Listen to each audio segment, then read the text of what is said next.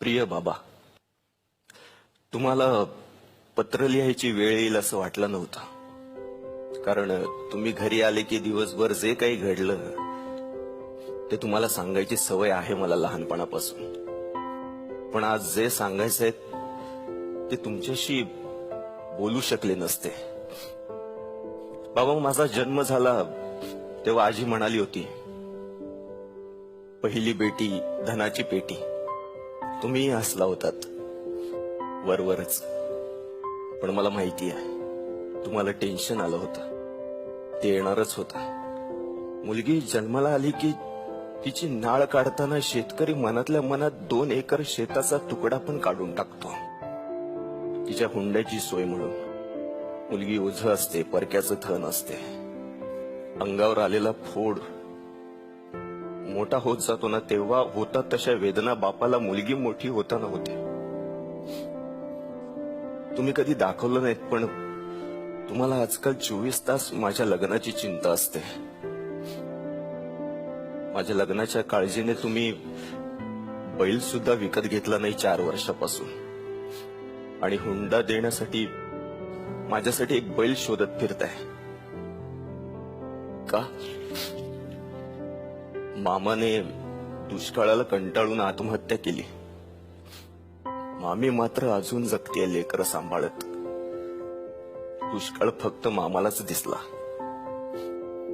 मामीला मात्र फक्त लेकरं दिसतात. त्यांचे भुकेले चेहरे दिसतात. शेतकऱ्याच्या बायकांना जीव द्यायची पण सोय नाहीये. बायका धीर एकवटून जगत राहतात. मग तरी बाईच्या जन्माच्या वेळी बापाचा धीर का खचतो? मुलीच्या बाबतीतच असं का? तुम्ही जाहिराती बघा. मुलगी शिकली, प्रगती झाली. म्हणजे तुमच्या प्रगतीसाठी तुम्ही आम्हाला शिकवणार? आमची इच्छा म्हणून नाही. एक मुलगी शिकली की सगळं घर शिकेल. म्हणजे मुलगी शिकून काय करणार, तर घरच्यांना शिकवत बसणार एवढंच. तिला स्वतःच काही करिअर नाहीयेच. बाळाला वर्षभर आईचं दूध पाजा असं हक्काने म्हणतं ना जाहिरातीत. मग मुलीला तिच्या आनंदासाठी जगू द्या असं का नाही म्हणत? उद्या लग्नाला मुली मिळणार नाहीत म्हणून मुली वाचवा असं निर्लज्जपणे कसं म्हणू शकतात लोक?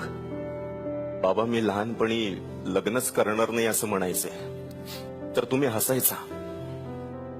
म्हणायचं नाहीच करायचं, माझी बेटी माझ्याकडेच राहणार.